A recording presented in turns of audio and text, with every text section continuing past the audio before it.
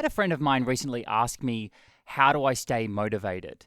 And I wanted to give a really good answer to this. And so I took a lot of time, and I actually opened up a text document on my phone and started writing away at an answer to this. Sometimes that's what you need to do. I find like if you're in like a chat stream, you need to jump out of the chat stream, write it in a text document so you can sort of play around with your answer, especially if it's a particularly important one.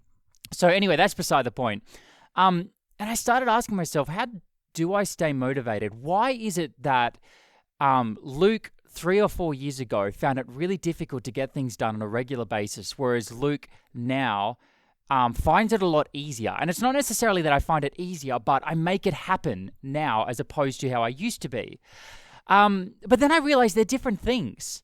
So being motivated is very different to getting something done on a regular basis. In fact, I'd argue that if you want to be successful at something that you've got your eyes set on, that it's got less to do with motivation, and it's got more to do with consistent habits. And a lot of these concepts that I've sort of discovered recently come from my book, Atomic Habits. So it's definitely worth checking that out. That's a lot of what I want to talk about in this podcast is related to that. But anyway, for a bit of backstory, I remember when I was first learning piano back at university. I use piano a lot because that's kind of what I know, and that's what I can use to sort of as a comparison tool to the coding world, because a lot of what's made me a good coder today is piano. So anyway, back when I first started learning piano, I found that it took me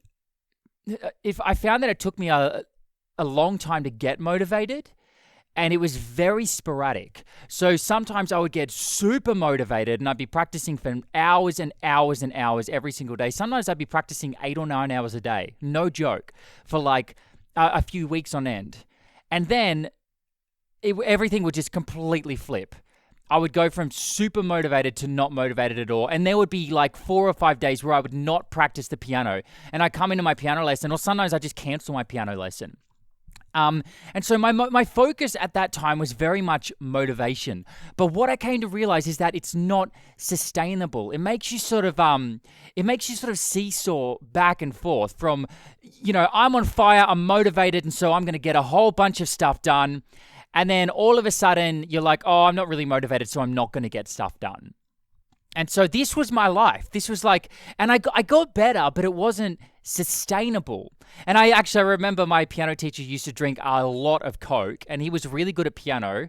And this is my older piano teacher, the one that frankly wasn't as good as my later piano teacher.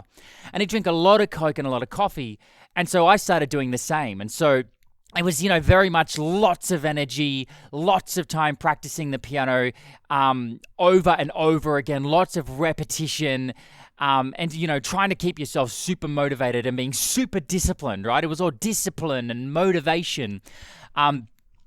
However, like I said before, this didn't seem to work for me.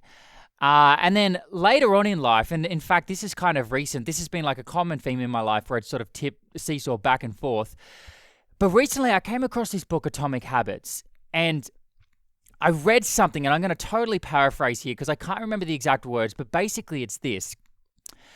Rather than focusing on motivation, okay, because motivation is overrated, you focus on who you want to become. And you focus on the tasks. Oh, I'm not explaining this very well. Let me go back here.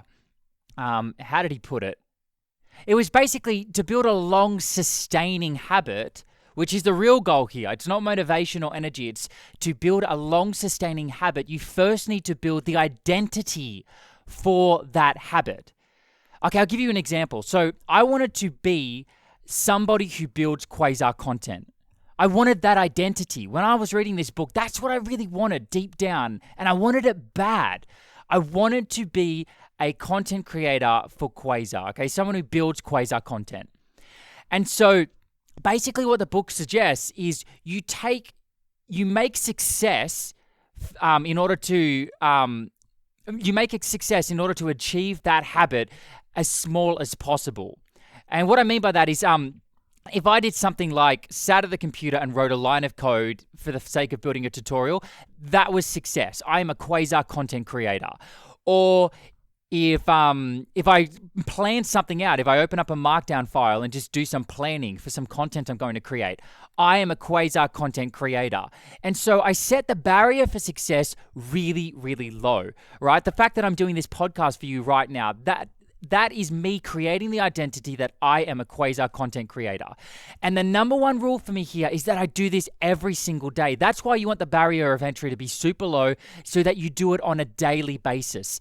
And rather than trying to be motivated, rather than trying to have high energy, the goal now, the thing that I'm focused on is building the identity, right? So if I can go to bed at night and say to myself, I am a Quasar content creator, then I have succeeded.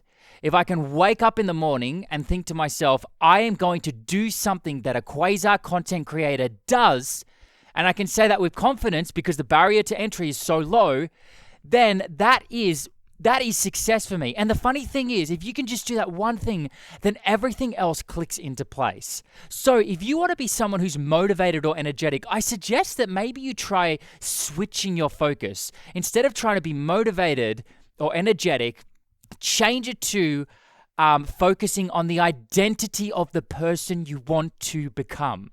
All right. So if you want to be a coder, this one is really simple. If you want to be a coder, set the goal of writing code for 5 minutes every single day. That's it. The process of writing 5 minutes of code every single day. And then you can get more granular than that. You can then say to yourself, okay, what do I have to do before I write code to make sure that happens? Okay, so for you, that might be every single day you do something you love, like making a cup of tea. And, you kind of like that process. You love the feeling of a nice warm tea. You like drinking tea. And you decide that every day you're going to pair making a cup of tea with writing code. All right? And that's easy. You make the tea, you write code for 5 minutes, and then you have that identity. You are a coder.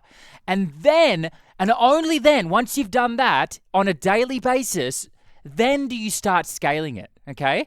And if it's not happening on a daily basis, you make it simpler. Maybe you change it to writing a line of code every single day. Maybe you change it to writing a line of code on a piece of paper because you don't have access to a computer every day. And or maybe you make it like 3 different things that you could do. You could either decide on something you're going to build or write a line of code, or maybe you could even do something like, I don't know, tell someone about a coding project that you're going to build. That might not be a great example, but you get the idea. Lower that barrier to entry as much as you can and build the identity on a daily basis by making sure that you do the thing that a coder does. All right, so it's as simple as that. And then from there, it becomes really surprisingly easy to scale. I'll give you another example. I wanted to be someone that jogs every day. And so in order to do that, I decided I will jog to the end of the block and back every single day. And this was super easy. And even on a super cold day, I would just put on some really, really warm clothes. I ended up going, to make it easier for myself, I ended up going to the shops and buying some thermals so that I stayed super warm. And in winter, I just put on my thermals. I put on a jumper. I'd put on a jacket. Sometimes I didn't even put on my running shoes. I'd just go barefoot. And I'd run to the end of the street and back and go, woo, okay, I've done that. I am a jogger. And built up that identity. And now it's really easy for me to do a 20-minute jog every single day. And it's not that big a deal. It's not that big a deal for me now. Whereas back then, the idea of doing a 20-minute jog every day was like, that's way too difficult and I could not be bothered. So this is the idea. Number 1, decide on who you want to be. What is the identity that you want? Who is it that you want to become? Right? And if you can't decide on that, you might need to do some digging deeper. You might want to do some journaling. You might want to decide, what type of a coder you want to be and go deeper into that. So step number 1, decide on who you want to become. And then step number 2, actually, I wrote these down, so let me say it in the right way. Figure out the minimal daily actions of what you need to do to become that person. Okay, so 1, discover who you want to be. 2, figure out the minimal daily action of what you need to do to become that person. And then 3, find a good enough reason that you will do this thing every single day. So that could be making a cup of tea, something you love, so you can sort of pair it with it. For me, for exercising, exercise gives me energy and focus. And energy and focus is something that I desire. And notice, by the way, don't be fooled by what I'm saying here. I'm not focusing on energy and focus, right? My focus is jogging every single day, which then gives me energy and focus. Okay? And so that was the reason that I wanted to jog every single day. Okay, so 1, discover who you want to be. 2, figure out the minimal daily actions to become who you want to be. And then 3, find a good enough reason that you will do this thing every single day. Okay, so success is about becoming. At least to me, success is about becoming, not achieving. It's not about what I got done by the end of the day. It's about, am I performing the actions that align with the identity of the person that I want to be? All right, so hopefully this wasn't too haphazard and that makes sense to you. I think this is really cool stuff. I love talking about this kind of thing. And hey, if you find this stuff useful, then check out my videos at quasarcast.com/register.